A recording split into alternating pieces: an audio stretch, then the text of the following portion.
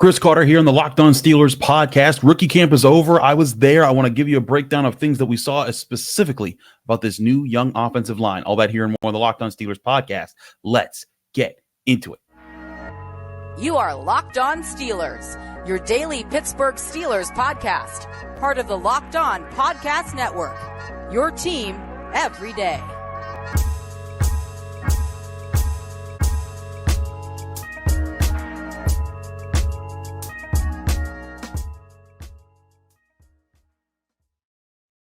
Hello, welcome to the Locked On Steelers podcast. I'm your host, Chris Carter, bringing you your daily dose of all things on the Pittsburgh Steelers. As always, you can find the channel on your favorite podcasting apps and on YouTube. Like this video if you enjoy it. Subscribe to this YouTube channel to get all of your daily Monday through Friday episodes, as well as our bonus content. We thank you for making us your first listen every day because we're your team every day. And today's episode is brought to you by FanDuel. Make every moment more. Right now, new customers get $150 back in bonus bets with any winning $5 bet. That's $150 with any winning $5 bet. Visit FanDuel.com/LockedOn to get started today. Hope everyone had a great weekend. I know I did. Happy Mother's Day to all the mothers out there, and happy Mother's Day especially to my mom, the best mom in all the world. But let's get into what we saw at rookie camp. So we got a chance to kind of talk to all the different rookies and get our first chance to see them up close and personal and do some of the basic workouts. No, we did not learn everything in the world about all of them. If Roman Wilson's going to be a wide receiver 2 or 1 or whatever, but we did get to talk to these guys. And I thought that was the most important part of this, was getting to feel these guys out. We'll get to more of the rookies as the week rolls on. But I wanted to start with the offensive line because that's the group of draftees this year, the rookies that everyone's going to be watching the hardest. Why? Because they're the top 2 picks in Troy Fautanu in the first round, Zach Frazier in the second round, and they compound with Broderick Jones, who was a first rounder last year. So everyone's wondering, will these draft picks truly change into the revolutionary part of the team the Steelers have just needed for years but could not find? Maybe. We'll see how that plays out. But I think that there are some good signs for how everything plays out, even beyond like anything that I saw in rookie camp itself. But again, going back to just analyzing part of what the Steelers were going through as they were trying to make adjustments and trying to adjust the offense last year when they started to try to find their rhythm in the second half of the season, and then eventually found a rhythm to finish out the season with 3 straight wins to get them to the playoffs. But let's look at a few things here that we saw in rookie training camp. We'll get to Troy Fautanu in a second because I do think it's kind of interesting to see what they're working on, and I want to get into what that will mean for the Steelers. But I think one thing that's also very important, and we've talked about this a lot on this show, is the culture of the offensive line and the culture of the offense in general. But part of what the Steelers were hoping would carry over was the culture that was brought from Marquise Pouncey and Dave DeCastro on the Steelers offensive line. They were 2 guys that just kicked butt no matter what. They set a tone of professionalism, of a fight, that was supposed to kind of carry out throughout the team. And while they were in Pittsburgh, it certainly did. People wanted to ride with those guys, but because Pouncey retired so abruptly in 2020, and then the same thing happened shortly later with David DeCastro, there was no chance for them to pass down what they would learn to set the tone for future generations. And I think that's where this Steelers team needs this offensive line to kind of grow together. And part of what happens with that is just natural moments, natural times when their players find ways to bond together. And if you listen to the 2008 Steelers or just the 2000s at all Steelers, when they talked about the defense, they often met up at someone's house to watch Monday Night Football together, just because that was a sense of camaraderie. That was something that they did to kind of build their bonds.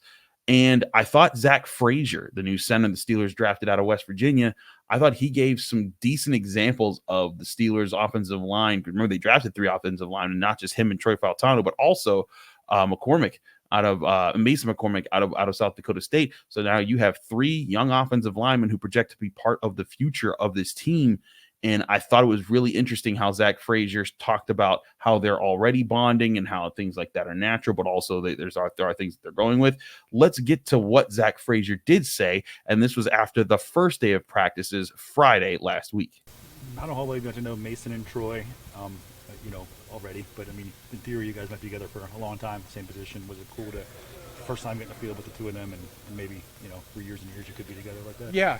I met Troy briefly at the Combine, and then Mason and I actually trained together before the Combine, so we knew each other well. But both great guys, and I really just can't wait to, get to work with them and hopefully be together for a long time. Troy said you guys drove over together. What's that camaraderie like on such a short amount of time in terms of you guys just kind of growing into this together? Yeah, I feel like offensive line, it's a brotherhood. That's how it's been everywhere I've been, whether it's high school, college, or even here. So yeah, I think it's just, we're going to be great friends. I can already tell. What's the benefit of coming in with a bunch of other young offensive linemen and learning and growing up together? Yeah, we can just all learn together. So we're all in the same boat, and we're all going through the same thing. So it's not like one person's going through it. We got, three guys together going through the same thing, learning the same stuff. So I do think that is something that is real and tangible for the Steelers offensive line, that they are all going to be learning together, and not just learning the NFL, but learning how to play in this offense together. It's that kind of stuff that builds the bonds, because also, if you remember, it took time for the early 2000s Steelers offensive linemen they drafted to form into like the best offensive line in football that they did for a couple years, and a top 5 offensive line in football for many years.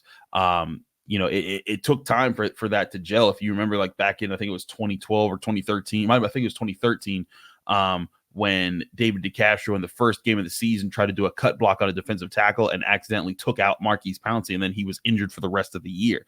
There were just some moments that just made you just be like, oh my goodness. But I think that there's a lot more going for this group. One, they're drafting these guys higher. Two, I think that these guys are experienced in ways that are going to help the Steelers.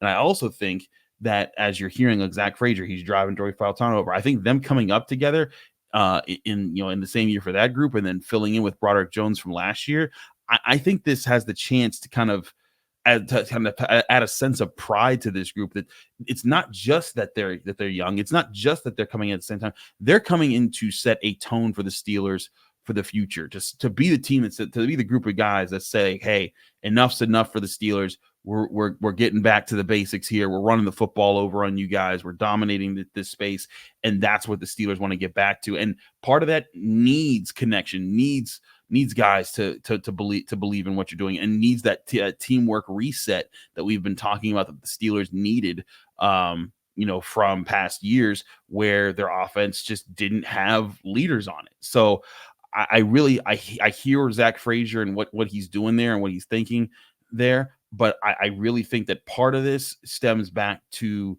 the point that we've been getting all along this offseason, and that's that this run game is going to be better. And I think that is where a lot of this is going to be based in, is getting the run game going. Again, not for asking for 80-yard touchdowns, but steady production, and better steady production. I think that will be a big part of how this plays out, as far as the Steelers offensive line, and who gets who actually sticks and what actually develops there, and if they need to dip back into the position. But to me, I think that part of what you're seeing is also like Troy Fautanu. We don't have his clips here. We'll have his clips on the North Shore Drive podcast. But all these guys, they seem like stand-up guys who are just like ready to commit to a team, to commit to the team. And I think that all of that is a really good sign for what the Steelers are trying to build, because they're not just trying to get talented guys in the line. They're trying to get talented guys who are going to be leaders and who are going to last. And I think that there's that's part of what you got to go for when you're trying to rebuild the offensive line. And I think there's a chance that they've gotten some with some of these earlier picks here. But I want to talk more about the run offense specifically and how it'll work, and also why, whereas normally I say don't pay attention to things like this in rookie camp, where Troy Fautanu was playing and at least taking some of his reps, why I think there is more to that. All that here and more on the Locked On Steelers podcast. I'm your host, Chris Carter. Stick with us. We'll be right back.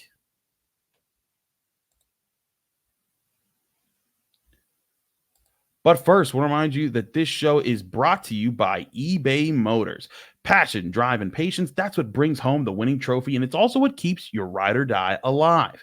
eBay Motors has everything you need to maintain your vehicle and level it up to peak performance. From superchargers to roof racks, exhaust kits, LED headlights, and more, whether you're into speed, power, or style, eBay Motors has got you covered.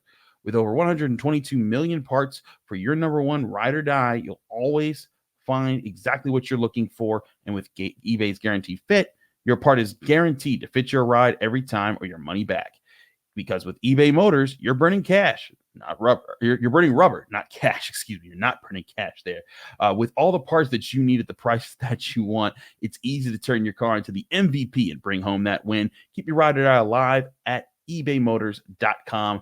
Eligible items only. Exclusions apply. eBay's Guaranteed Fit only available for U.S. customers.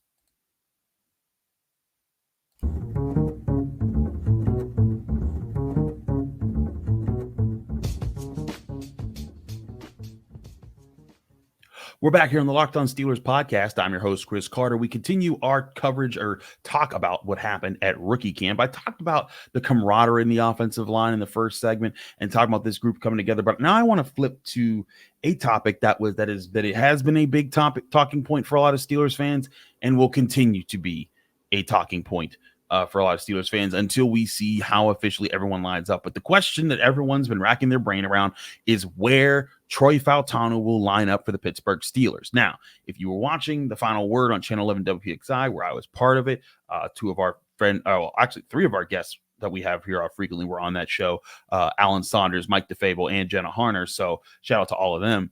I talked about that at the end of the show, and we will talk about it more in depth with Ray Fittipaldo on the North Shore Drive podcast for this Monday episode. So do tune into that as well.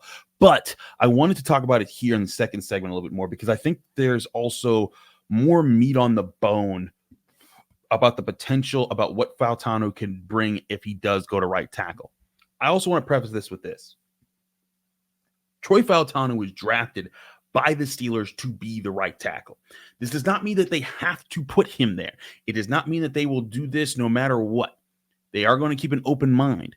But the idea of drafting him was to put him at right tackle, let Broderick Jones go to left, and then let them become a dominant offensive tackle pair in the NFL, both in the run game and in the pass game. Fautanu on the right side means that yes, sure, he's not the tallest, but guess what? He has the arm span, he has the technique, he has the physicality. He can get the job done on the right side, which will be the front side of the offensive line. I know a lot of people out there, we've covered it here a lot, but if you haven't, heard this yet, or you sometimes get confused by what this means in college. Yes, Troy Fautanu was the left tackle, but he was the left tackle for a left-handed quarterback. And so when you're an offensive tackle for a quarterback, if you're on the side that he is handed, if you're a right tackle and he's a righty, that means you're not protecting the pass rush as much. You're setting the tone more against the run. You're not protecting the blind side. It's a whole different role there. And the blind side offensive tackle is that much more important in the NFL because you're the one that, can you can protect the quarterback from the most damage or protect them from the things they can't see the most. So you want bigger guys with longer arms, and that's Broderick Jones. But again, Troy Fautanu going to the right, I think is a really good thing. Now, here's the other thing. The Steelers are not going to overly commit and just put him there no matter what. They're going to make people earn stuff. But, I think we're going to see continued signs about this. And I know that people are going to flip out every step of the way because I simply posted a video saying like, hey, here's day 2 of rookie camp, and Troy Fautanu and Mason Cormick, who's also more on the left side normally, both of them were working out of the stances that they would have on the right side and working on their right side footwork. And I think that's a good sign that the Steelers have the right vision for how this will play out, that they want them to be the right, they want, especially for Fautanu, the right tackle of the future.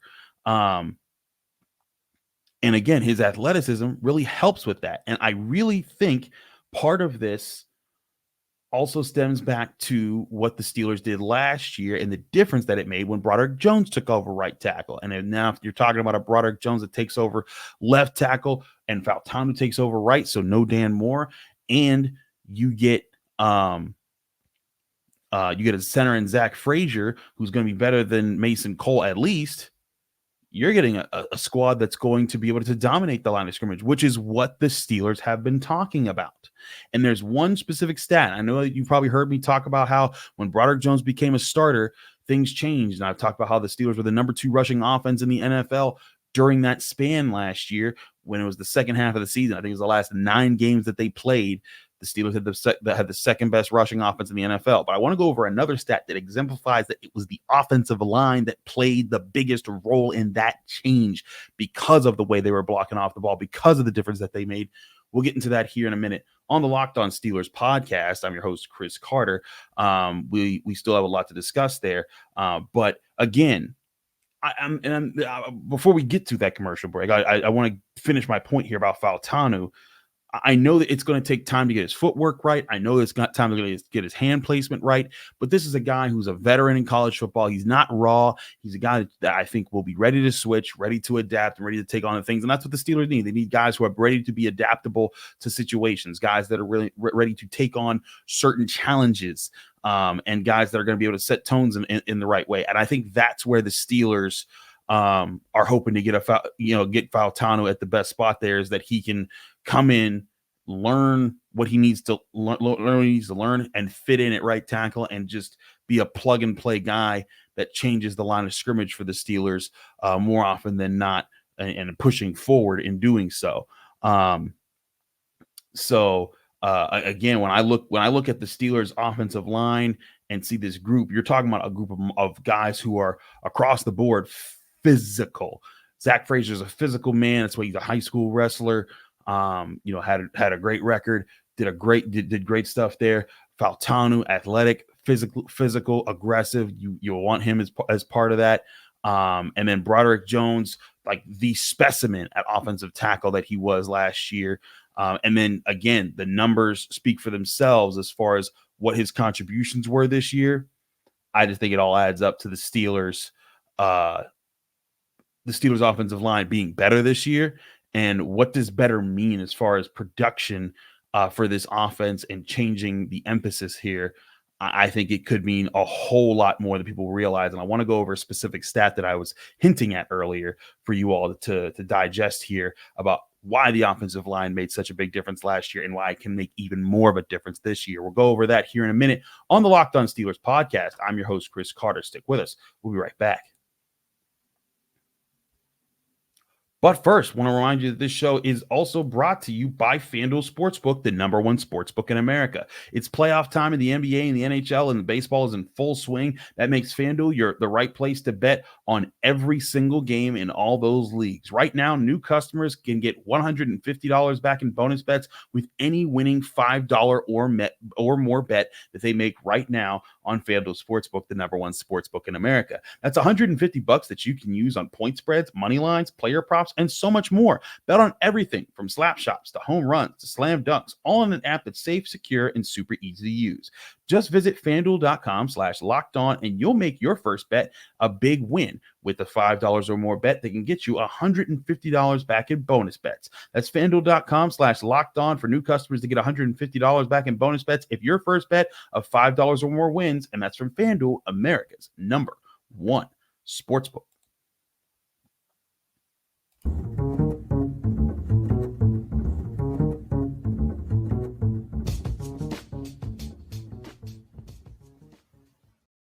Back here on the Locked On Steelers podcast, I'm your host, Chris Carter.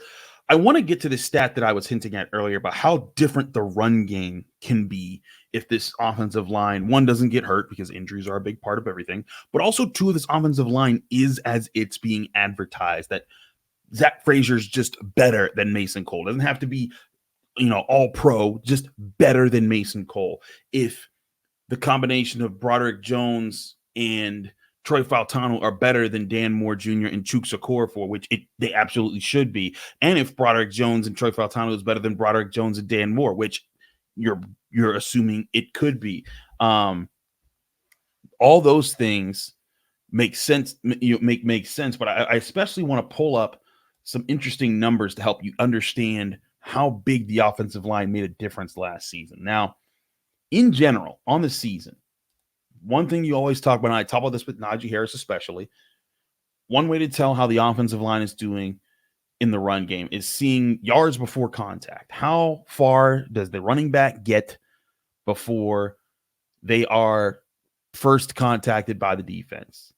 And last year as a whole, the Steelers had 1,023 yards before contact on the ground, and that ranked 20th in the NFL. Not all that bad, but not good.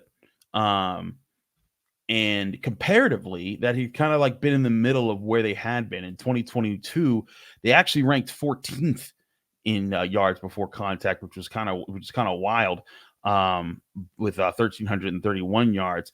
But the year before that, in 2021, they ranked next to last. They had 779 rushing yards, or yards before contact. That was 31st in the NFL that year. So they'd kind of been bouncing around for the past 3 years. But the period that I've been talking about, the period that Broderick Jones became a starter, which started in week 9 against the Titans on Thursday Night Football and then carried throughout the rest of the season, that made a huge difference in what the Steelers were trying to do in the run game.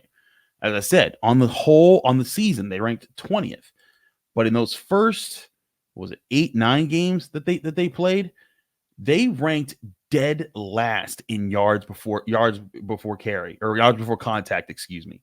They ranked dead last. So that means of the NFL, their running backs were getting hit more and more often in the backfield than any other team in the NFL.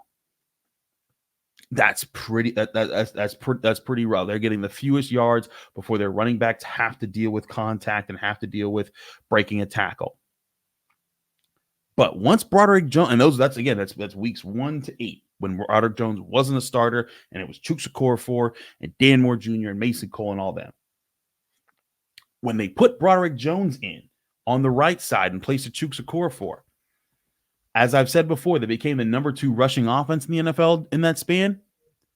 But they also jumped from being 31st in yards before contact in the first 9 weeks to, in the last 9 to 10 weeks, the Steelers were 8th in the NFL. No, excuse me, 7th in the NFL in yards before contact. They had 740 yards before contact in the last, in the games that Broderick Jones was a consistent starter for the team moving forward. And the 740 yards before contact tied with the Rams for 7th. That's a significant jump. And it's, again, a sign of just how important it is for you to get a dominant offensive line, because that's less work the running backs are having to do to create all the tough yards there and make it so they're not tough yards, that your running backs are running a lot easier. And again, you're talking about this year where this is going to be a younger group, but a group that's coming together, a group that's building bonds, a group that's driving to practice together, a group that's going to have a by default better center than last year, a group that should have by default a better offensive tackle next year. It all adds up to this being a much better run game situation. And again, let's not forget the overarching thing about this. The thing that we can look at stats, we can look at tape, Matt Canada's not your offensive coordinator anymore. Arthur Smith is, and Arthur Smith has orchestrated offenses where the run game has worked very well. All this adds up to the Steelers. As I said before, they're putting Troy Fautanu at right tackle. Broderick Jones is going to move to left tackle. Zach Frazier starts at center. You got James Daniels and Seumalo as your guards. They were your 2 best offensive linemen from start to finish last year. I really think the Steelers' run game can turn into an elite part of this team in a year's time. If this offensive line gels the way it should, it also needs the passing offense to be there, because if the passing offense isn't, everyone's going to forget all about this, and it won't matter.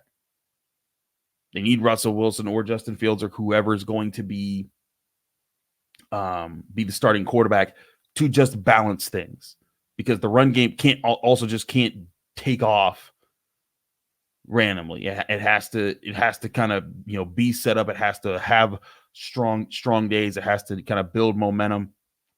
And then eventually people will start to recognize, oh, wait, that's one of the best rushing offenses in the NFL. And then defenses are trying to counteract it with blitzing more, playing up closer to the line of scrimmage. And all of a sudden, you get more of those deep shot opportunities for guys like Roman Wilson, who have blazing speed, as well as George Pickens, to get down the field and make big catches against opponents in one-on-one coverage. So with that being said, again, I think yards before contact is a good measure. It's not the ultimate measurement. There's going to be certain metrics that it doesn't work, but just looking at the numbers of how the Steelers offensive line blocked for the Steelers, even just again in the last 10 years, like that was, that was a really good sign that Broderick Jones could be the guy.